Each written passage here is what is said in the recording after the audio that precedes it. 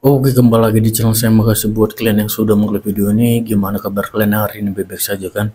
Kali ini kita membahas terkait Rismond dan Karni Ilyas yang kali ini disemprot oleh penasihat ahli Kapolri karena kurang beradab dan tidak mencontohkan yang baik. Kita lihat ya gimana videonya. Sebelum kita ke videonya, bantu like, subscribe, dan share dulu video ini. Tidak tunggu lama, kita ke video langsung. Let's go. Saya nggak paham tuh hukum, tapi saya paham rekayasa kepolisian. Ya. Oke, kalau saya ditanya, ya, kepolisian ini mau direformasi atau dibubarkan? Saya jawab dibubarkan. Ya, karena apa? Karena memang sudah kotor, buruk. Ya. Bukan karena kepolisian di bawah, tapi memang karena jenderal-jenderalnya kotor, busuk. Saya kasih contoh, mantan Kapolri. Dialah otak rekayasa barang bukti digital. Dia, mantan Kapolri. Terus bagaimana jajaran di bawahnya? Kalau mantan Kapolri saja sudah otak rekayasa. Oleh karena itu, garis merahnya adalah benang merahnya. Kalaupun kepolisian ini diselamatkan, yang memakan anggaran 126 triliun per tahun 2025 ini, anggaran terbesar nomor 2 setelah Kementerian Pertahanan. Yang 3 matra itu, TNI Angkatan Darat, Udara maupun Laut. Itu cuma selisih sekian triliun dari kepolisian, 126 triliun. Oleh karena itu, dengan anggaran yang sangat besar yang diberikan rakyat ini, seharusnya kepolisian tanpa seperti ini pun harus berbenah. Udah, sekarang giliran Anda, Pitra. Baik, terima kasih Bang Karni atas kesempatan yang diberikan kepada saya. Saya kira kita diskusinya yang beradab dan beretika agar tidak menyinggung pribadi orang.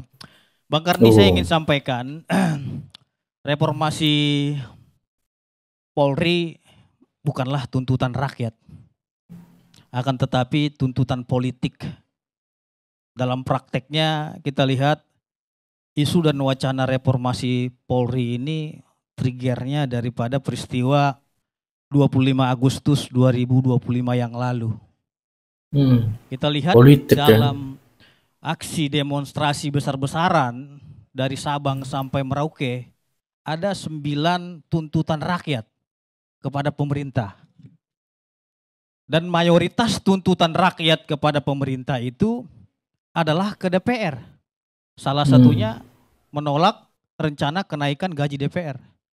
Terus menolak tunjangan DPR. Meminta transparansi gaji anggota DPR dan bubarkan DPR. Tidak ada tuntutan rakyat di dalam 9 tuntutan itu reformasi Polri. Lantas ini berbalik. Ketika terjadi peristiwa tanggal 28 Agustus, adanya kekeliruan satu anggota saja. Yang dilempar itu institusi secara keseluruhan yang disalahkan. Padahal petugas kepolisian dalam melaksanakan tugasnya dalam mengamankan aksi demonstrasi besar-besaran pada tanggal 25, 26, 27, 28 dan seterusnya, tujuannya hanya satu, Bang Karni. Menjalankan fungsi Kamtibmas sebagaimana amanat daripada Undang-Undang Dasar 1945 pasal 30 ayat 4. Menjaga keamanan, ketertiban, melindungi, mengayomi masyarakat.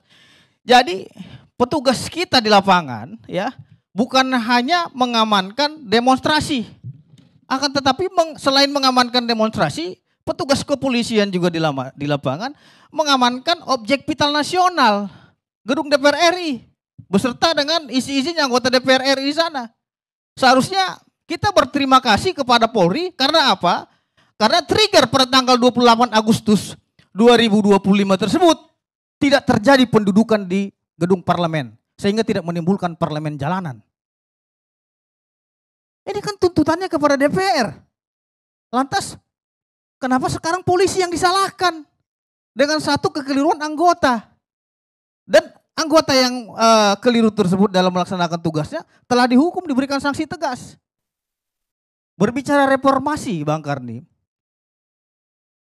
Reformasi tersebut sudah dicanangkan sejak tahun 99 dan momentumnya telah terjadi melalui TAP MPR nomor 6 dan nomor 7 tahun 2000.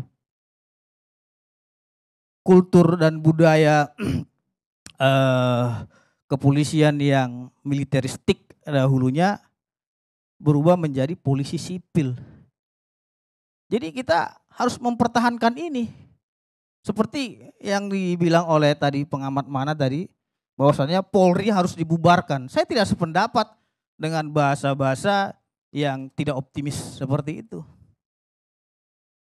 Ini sangat aneh dan janggal sekali. Kenapa? Karena dari 9 tuntutan rakyat kepada pemerintah tidak ada di situ menyangkut kepolisian. Lantas karena tragedi adanya almarhum Apan itu berubah wacananya kepada Polri. Ini kan aneh sekali gitu loh. Baik, terakhir saya kasih kesempatan ke Profesor Hermawan Sulistyo, pada saat ahli Kapolri.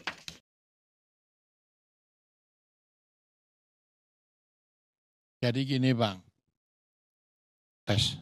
Jadi gini Bang, saya sangat menghormati forum-forum akademik seperti ini jika dilakukan dengan santun dan beradab. Saya tidak akan pernah mau datang lagi ke sini karena terlalu banyak forum di luar yang lebih santun. Mari kita diskusi santun. Saya mengajar di 16 negara selama 30-40 tahun. Gak pernah saya lihat forum seperti ini. Dan Bang Karni membiarkan. Saya wartawan 25 tahun Bang. Mulai dari majalah Gadis. Jadi sebetulnya saya ahli gadis-gadis. Nah, 25 tahun. Saya pernah jadi wartawan TSM. Saya heran kenapa kawan-kawan yang keras sekali sama polisi. Tidak pernah saya dengar suaranya keras terhadap Panglima TNI kepada Kasat. Coba kalau berani maki-maki mereka. Nah, jadi saya mengawaki reformasi di Polri dari awal, dari 98. Pada waktu itu kita semua merasa polisi jadi orang Jawa bilang bolodupaknya. Dipakai oleh tentara, nginjek-nginjek, diinjek-injek, polisinya nginjek-nginjek kita aktivis. Kalau orang yang mengaku aktivis dan tidak tahu siapa saya, itu penumpang gelap di belakang. Saya bertaruh nyawa, 35 tahun saya jadi demonstran di lapangan. Bertaruh nyawa, terutama 98. Suruh Adian ngomong di sini. Suruh teman-teman yang lain ngomong di sini. Nah, jadi saya tidak rela ketika polisi dimaki-maki padahal kesalahannya itu bukan itu. Kalau kita sakit cantengan, kaki sakit, sakitnya kan sampai kepala Bang. Yang dipotong itu lehernya kemudian, bukan kaki yang sakit ini. Nah, mari kita benahi bangsa ini supaya lebih beradab, lebih santun. Saya mengajar di Jepang, di Kyoto Daigaku. Kami tinggal di sana sampai detik ini sudah 19 tahun, hampir 20 tahun. Anak saya ahli IT di Jepang. Anak saya ahli kripto, ketua tim yang menciptakan Bitcoin. Jadi kami tahu semua itu. Tanya kawan-kawan dari angkatan saya, semua tahu saya orang yang paling keras. Jenderal Angkatan Darat saya maki-maki. Semua tahu di TV, di luar, kalau berani bunuh saya. Lebih keras dari omongannya Rismon. Tapi kita kan nggak mau tidak berkeadaban seperti itu selamanya.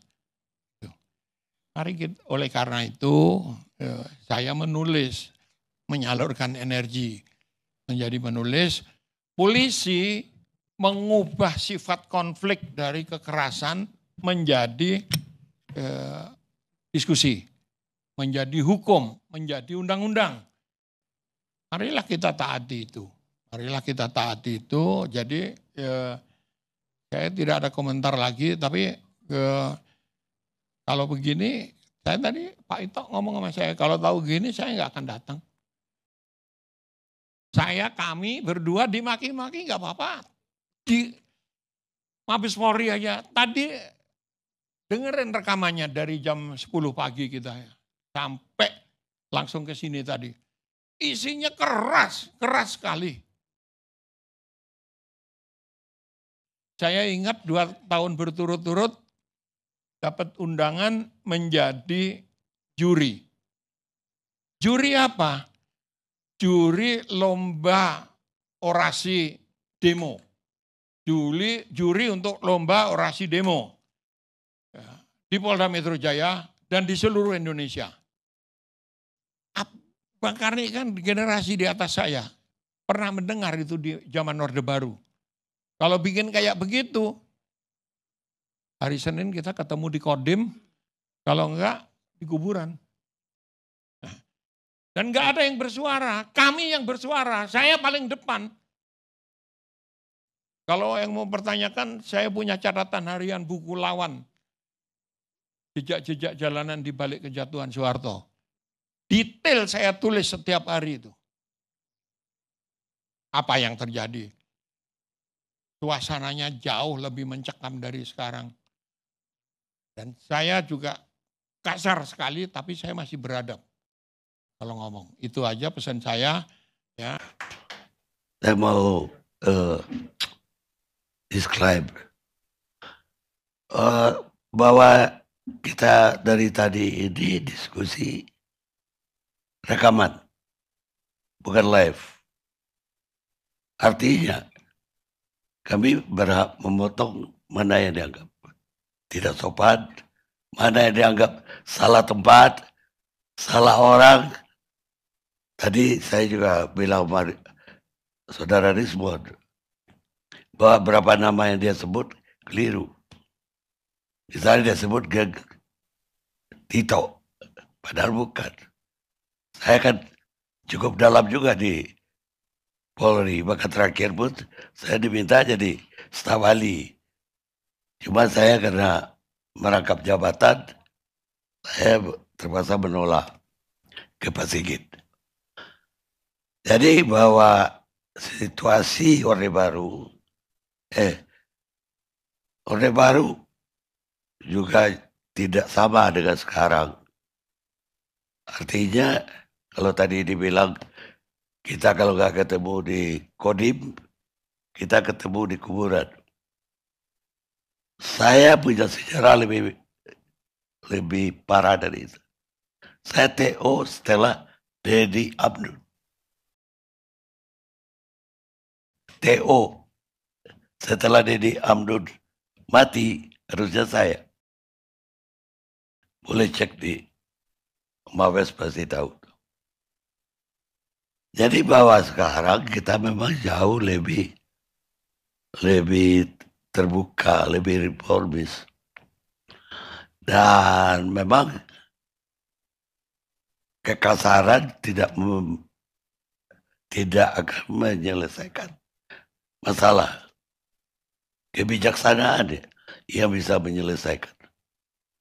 Jadi apa yang saudara saya Profesor Kiki khawatirkan. Jangan sebut saya profesor, Pak. Banyak profesor odong-odong, saya nggak mau disamain. Saya aja jemput profesor. Saya jemput profesor aja ke beberapa orang. Tidak semua yang punya gelar profesor. Oh gitu deh video gimana menurut kalian, dan sampai bertemu di video saya selanjutnya.